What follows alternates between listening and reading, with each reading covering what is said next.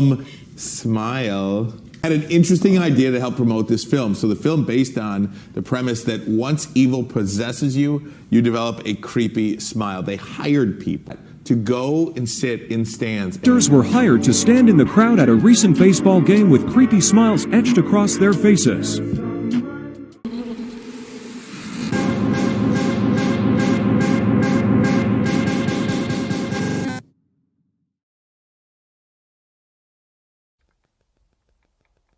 I guess that's really supposed to be kind of creepy, but honestly, that's just kind of how I smile at people. Smile! So this is going to be a spoiler review. I'm going to be talking about pretty much the entire movie. So if you do not want this movie spoiled for you, then I would recommend that you turn back now. So this movie follows a psychiatrist named Rose. Rose is a clinical psychiatrist and she works in a psychiatric ward. One day she gets a patient named Laura, I believe, and Laura is having some problems. Rose is trying to help her when Laura kind of freaks out and ends up killing herself right in front of Rose. And when she does kill herself, she just has this creepy ass smile on her face the entire time, just like, After the harrowing incident, she gets interviewed by two officers, one of which is named Joel. Just remember this guy. So Rose goes home to her fiance. And I don't remember this guy's name, but it's A-Train. It's A-Train from The Boys. But anyways. So Rose and A-Train, they have plans to actually go have dinner with Rose's sister. So they go to the restaurant and they're having dinner. And it turns out that Rose's sister's kind of an obnoxious, annoying brat, pretty much. She's just kind of an asshole, and so is her fiance. So something we learned really early on is that Rose, when she was 10 years old, was the first person to find her mother, who had OD'd after taking a bunch of pills. And so while at dinner, Rose's sister keeps telling Rose that she needs to sell the house. And this is referring to the house that Rose grew up in and found her mother in. And apparently Rose still owns this house and has refused to ever sell it. And even though her sister and even her sister's fiance keeps telling her, like, oh, the house is run down, you might as well just sell the property, it seems that Rose is very reluctant to let go of this house, or we might even say let go of the past. So after this really awkward little get-together, Rose goes back home and some incidences happen to her that are pretty creepy. So the next day at work, she goes in and she ends up having what she believes to be like hallucinations. And it causes her boss to believe that she's still a little bit traumatized from the day before, after that girl had just killed herself in front of Rose, which it's like, well, yeah, maybe you should have just given her time off like right after that, because it's pretty messed up. Because she did the girl did brutally murder herself right in front of Rose, and I guess that happens all the time. But anyways, her boss is like, all right, get out of here. Like, you're going to have a paid week off, which, honestly, is kind of nice. But of course, Rose, she's kind of like a workaholic, and she's a little bit upset about this. Oh, I forgot to mention. So Joel, the officer from the day before, he comes into her work in the morning, and he kind of wants to know, like, how she's doing with what had happened to her, if she's doing okay. And that's when we realize that Joel and her used to be in a relationship. So now you're all caught up to speed. So Rose is driving through town and she's a little bit upset, but she remembers that her sister did invite her to her nephew's birthday party. And Rose told her sister that she wasn't going to be able to come because she had to work. But now that she has a week off, she's like, well, I might as well show up. So she goes and she buys like this little electric train. Maybe that's an Easter egg for A-Train. Probably not though. But anyways, Rose keeps having like weird stuff happen to her. I know it's a horror movie and everything, but turn on a freaking light, Rose. She's always just sitting there in the dark, even after like creepy ass shit happens to her. There's 2 times where she's just in the kitchen drinking wine with the light off, and she's looking into the darkness, and she kind of like sees something just looking at her. What is that? And she's not even like really that fazed by it. And the alarm for her house goes off, meaning someone's trying to get in, and she still doesn't go like and turn some lights on. Like, are you not scared? I guess when I get scared, I'm like, hey, I like some lights on, but apparently not Rose. She likes to be in the comfort of darkness, apparently. I forgot to mention that Rose has a cat named Mustache. It was kind of depressing because as soon as I saw that she had a pet, especially a cat, I was like, oh yeah, that cat's gonna die. Yeah. The cat's name is Mustache, but I don't remember him having anything on him that looked like a mustache. And it makes me think that it was like they kept the name for the cat that was in like the very first draft of this script. They're like, just keep the name Mustache. They're like, well, this cat doesn't even have a mustache. Like, whatever. Yeah, okay. Anyways, after this alarm goes off, the cops come and they don't find anything, but her door was open and Mustache is missing now, which, I mean, I could have seen this coming. The next day, Rose decides to go to her nephew's birthday party. So she's got a present and she shows up, and things do not go very well for her at all. It's a very bad scene. And I knew it was gonna happen. As soon as like her cat went missing and they're like showing the present and the little boy's like, oh, I'm gonna go get the present. And he picks up the present and I was just like, oh no. So I wasn't a big fan of this scene. It's not the electric train that Rose packaged up or wrapped up. It's her cat, and she, or the demon that has possessed her or whatever, the smiling demon, killed Mustache. And so her little nephew opens up this present in front of a bunch of other kids, and as soon as Rose sees that it's her cat, she freaks out and she goes, no, no, no, like my cat. And then everyone's looking at her, and then Rose looks at this random lady, and this random lady's just doing the creepy smile, and then Rose falls backwards into this glass table and gets all bloodied. I did want to mention that, I mean, this would be harrowing and horrible if like your sibling did this, but her sister just keeps getting worse and worse throughout the entire movie because her sister is aware that their mother had problems, obviously. And then if you knew your sister and from what you knew of them, knew they weren't some psycho and they've never showed any violence before, and then all of a sudden they kill their beloved cat, wrap it up in a gift, and then give it to their nephew in front of a bunch of kids at the nephew's birthday party. Obviously, like, the person probably needs help. It's probably not normal. But her sister doesn't seem to care, and they just take her to the ER for the scratches and cuts on her from falling into the glass table. Her sister's really mad at her. Instead of being mad, she should probably be really worried about her. Her fiance is really worried about her and isn't being the most supportive. He just asks her like, hey, did you kill Mustache? And she's like, no, it's the demon or whatever. And of course, he's like, okay, you're crazy. Which, if she is, go get her help. A normal person doesn't do that. Something's going on. But Rose has been digging into it because she knows something weird's happening to her, and she knows that she's not crazy. And something she does know is the woman that killed herself in front of Rose, whose name was Laura, she actually had an incident where her professor killed himself violently right in front of her. So Rose goes to talk to the wife of this professor, and she learns that this professor, before he murdered himself or killed himself in front of Laura, he had witnessed a woman kill herself right in front of him.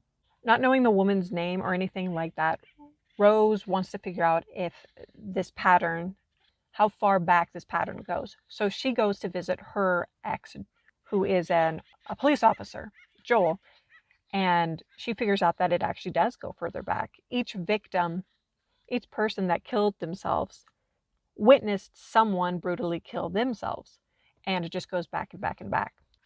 She ends up going to her sister's house, and she tries to explain to her sister, and once again, her sister is just kind of an asshole.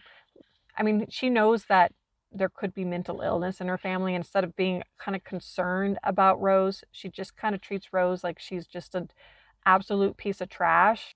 Her sister also mentioned something about how she's just always trying to help everybody. She thinks it's going to make up for the fact that she couldn't help her mom. And then they both kind of just exchange kind of like nasty things to each other, pretty much. Her sister doesn't believe her. A-Train, her fiance, doesn't believe her. And even though I think they're trying to paint A-Train or her fiance as not loving her like he should or being supportive like he should, he does at least try to get her help. At one point, he does like talk to a former psychiatrist that used to see Rose, and brings that psychiatrist to the house to talk to Rose. So he doesn't want her to get help. So, I mean, he's doing what he probably should be doing if this was actually happening for like in real life, and obviously wouldn't really be a demon. She's kind of at her lowest, and that's when Joel calls. Joel tells her that he kept looking into it after she left, and he found that this pattern goes on even further, and that there's only one irregularity where somebody down this rabbit trail didn't actually end up killing themselves. The only problem is this man is in prison. And so Rose is like, okay, you need to take me to this prison. I need to talk to him. On the drive there, Rose explains everything to Joel. And even though it seems a little far-fetched, Joel seems to be the only one to actually be giving her the time of day and actually maybe believing her. And honestly, he just seems like a really nice guy, and he seems to care about her a lot, which is actually kind of nice. So she gets to the prison and she talks to the man who actually survived the thing. And he tells her that the only way to survive is to kill someone brutally in front of someone else. And he also tells her that the demon feeds off trauma. Rose is not too happy about this because pretty much the guy's telling her the only way to survive the curse is to murder someone else. She doesn't end up telling Joel what she learned. And she can't bring herself to actually murder someone, even though she kind of thinks about it. So she ends up deciding that the only thing she can do is she can try to face it. So she drives out to the house that she used to live in, the house that she found her mother dead in. She doesn't tell anybody where she's going. She leaves her phone in the car and she goes in there pretty much to face it, and I think to probably die. So Rose faces the demon by confronting her trauma and also her guilt, as we learn that Rose actually walked in on her mother before she died, and that her mother pleaded with Rose to call for help, which Rose refused and ran away. So Rose's plan is to burn this house down and kind of face the demon, and that's what she does. We see Rose kind of fight off the demon with her like mind power. She's like, oh, you can't take me. I'm going to forgive myself for this stuff and the guilt and trauma or whatever, and she kind of faces it. And she ends up winning. And she burns this house down. She burns down the guilt. She burns down all this trauma that she had. And then she goes to see Joel. And that's when she confesses to Joel that she's sorry. And she explains to him that she had built up these walls, kind of afraid to let people see who she really was. Afraid that if people were to see who she really was, they probably wouldn't be able to love her. And that things changed when she was with him. And she wanted to let her walls down with him, but that kind of scared her, and that's why she ran away. And pretty much she, I think, is kind of asking, she kind of wants to be with him again, which is really nice. I mean, it shows growth. It shows like what actually happens when you take like responsibility for your actions and let go of your guilt and decide that you want a healthy life instead of holding on to things that are just going to tear you down. But psych, no, not really. Joel all of a sudden goes, does this smile, and it's just a big hallucination. Rose is still back at this abandoned house, and it's nighttime. The house is not burned down, and that's when she sees Joel actually driving up, and this is real life now. And she's like, oh no, and so she runs back into the house. She doesn't want to see Joel. I mean, she's out there because if the demon gets her and makes her kill herself, she doesn't want anybody to see it because she doesn't want it to get passed on. And honestly, I could see this ending coming like a mile away. But anyway, so Rose is in the house, and this time the demon gets her and takes her over. Joel kicks down the door just in time to witness Rose kill herself by lighting herself on fire, and therefore continuing the curse onto Joel. The end. All right, so let's talk about this movie, and let's start with positives. The characters in this film, I think, are written pretty well, and they're acted very well. The movie is done well. It's directed well. The scares are actually pretty good. There are a few cheap scares, but most of them are pretty good. I like that the film was touching on things like trauma and how that affects you. Also guilt, because guilt can cause like that trauma too. And there's a lot of guilt associated with trauma. And I like the fact that the demon in this, or whatever it was, feeds off of trauma.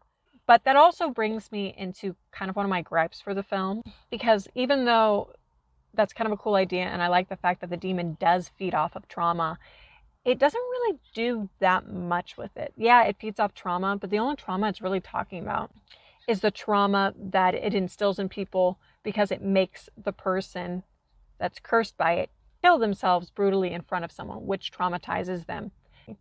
So it's like they cause the trauma. But they have Rose having past trauma doesn't really make a difference.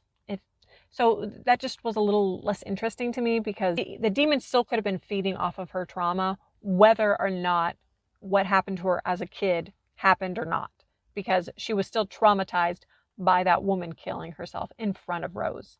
So I wish it would have dealt with that in a more meaningful way. Rose confronting her trauma and even like the guilt of her leaving her mom to die is really interesting to me. I liked that concept.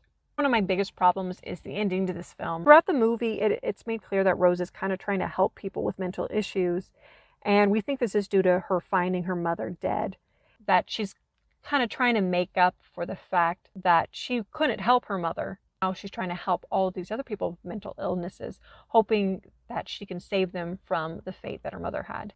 But in the end, we learned it isn't necessarily out of compassion, but it's actually out of guilt. She's trying to make up for the fact that she let her mother die and that she could have helped her. She feels like if she can help these other people, maybe the guilt will go away, but the guilt never goes away. In the end, when she does end up facing the guilt, and then she goes and she apologizes for pushing Joel away, I personally think that would have been such a better ending. It would have symbolized the freedom of taking responsibility and facing your fears, trauma, and guilt. And this isn't because like I have a problem with like depressing endings or anything like that in horror movies. Sometimes the best ending is a depressing ending, but it has to be the best, most meaningful ending. And honestly, I kind of expected the ending to happen. At one point, I remember thinking, I was like, Joel's going to be the one to find her, because he's going to be the only one that knows where she's at, and then he's going to witness that. And I just knew they were going to do that because he was the character that cared about her the most. And so, of course, they were going to do that. And just story-wise, to me, it just seemed disjointed, because the ending, the faux ending, the ending where she goes and apologizes to Joel, it's something that she's never done before. Her letting her walls down because of the guilt that she had. And that's just so much more meaningful to me. The ending would have just had a lot more impact. Sometimes it's okay to have a happy ending in a horror film. Sometimes it's better for it not to. And this one gave us both, and I think that they should have stuck with the first one. And even though this movie was kind of spooky and it did have some jump scares in it that were effective, when I left the theater, I didn't feel creeped out at all. Maybe it's just because the whole idea of there just being like a smiling person being like, I'm going to get you, just doesn't really scare me that much. It's the same thing. I watched the movie It Follows, which is almost a little bit similar to this. And even though everyone praised that movie about how scary it wasn't scary. There's nothing scary to me about it. It's following you slowly. I like this movie better than It Follows, and I think it's scarier. And at one point, you are able to see the demon. There's like two demons. One, it like takes its face off, and it looks really creepy. And then there's another scene where you see its face a little bit too much, and it's not really scary. It looks like a guy that would really, really like Megadeth. There is a scene where he like takes his face off and he looks really creepy, and it just made me think like it would have been cool if we would have been able to see like little scenes or shots of her seeing that instead of it being a person. It's like that demon thing without its face on. That would have been kind of creepy. But I still recommend this movie. I still think it's a pretty fun watch. I'm also just really impressed with the marketing campaign for this film. It was very creative. If you'd like to see more reviews from me, just go ahead and like or subscribe and share, and just keep watching movies and keep being happy, but not like that kind of happy, And I will see you guys next time. Most everyone's mad here.